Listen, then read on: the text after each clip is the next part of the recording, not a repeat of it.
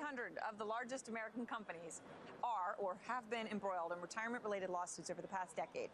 Employer benefits are obviously key to all of our retirement goals, but are they helping or hurting our plans for the golden years? Carl Koerner is an attorney for White & Williams representing corporations.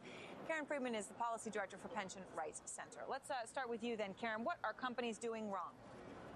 Well, let's just talk about it. Let me change the question a little bit here.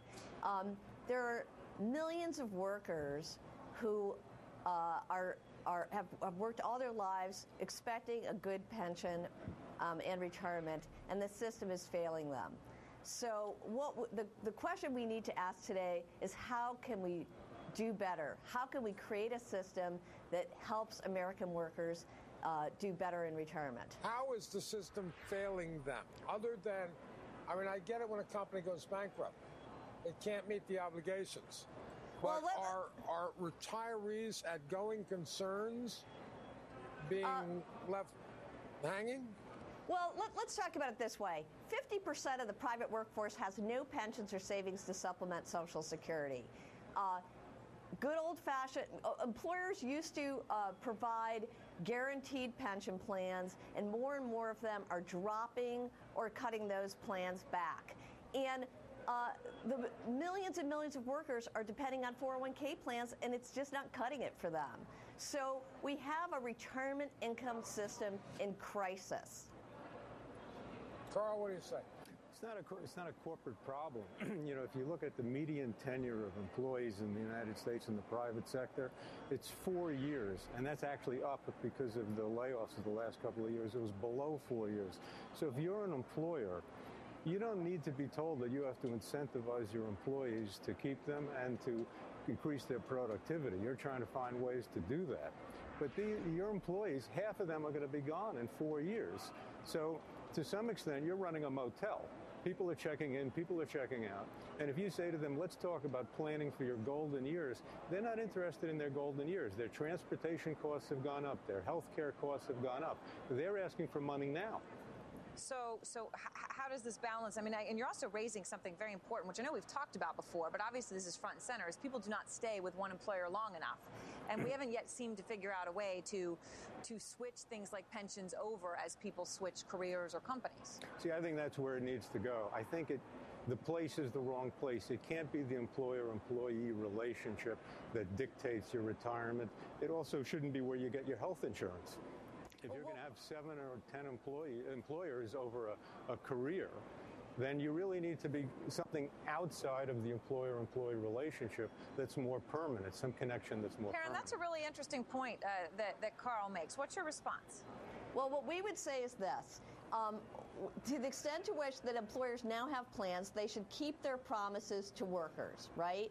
But basically, if employers don't want to be in the business of providing pensions anymore, then what we need is a new system. And I would agree with that. What the Pension Rights Center is saying right now is what we need to do is we need to shore up the current system, make it as good as possible, keep employers that are in defined benefit plans, find ways of keeping them there, come up with new protections in 401k plans, but ultimately we think we need to develop for this country a new universal, secure, and adequate pension system that provides sufficient income to everybody in this country. So we would be happy to work with the business community toward this goal. What companies are not keeping their promises to retirees? Well, in this case, it's right now, there's still millions of workers that are covered by... You know what? You keep saying things, and then when I try to pin you down, you answer with a generality. You said companies are failing their retirees. Please tell me which companies are doing that. What I'm trying to say is that a lot of companies are right now... they're cutting back and terminating their pension plans. Can you identify which ones? I'm talking in generalities for a reason. And I'm basically asking for specifics for a reason. Well, what I'm saying is that many companies are trying to do the right thing, okay? But a lot of companies right now are freezing their pension plans. Okay, we're not getting anywhere. Carl, what would you, I assume you're not proposing some sort of government program. No. Could we create perhaps some sort of a standalone clearinghouse or manager of some sort? Right, or some portable system. Why do I get my health insurance through my employer? I get my homeowner's insurance myself. I can buy life insurance. I can buy auto insurance. Why can't I buy medical insurance? So I get it through my employer. They have to make a choice on medical insurance that works for me, and I'm 60, and works for somebody who's 25. It doesn't make any sense. But we get it through the employer because of a quirk of history that goes back to World War II. Okay, that had to do with wage and price controls.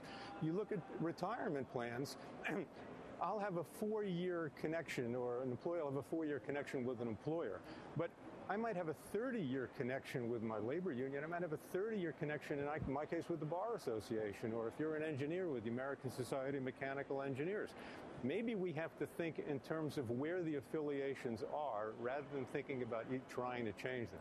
And the one thing I would say is if you're going to mandate, when you talk about mandating employers do something, the clients I represent, the employers that I represent, they understand that just means a greater cost.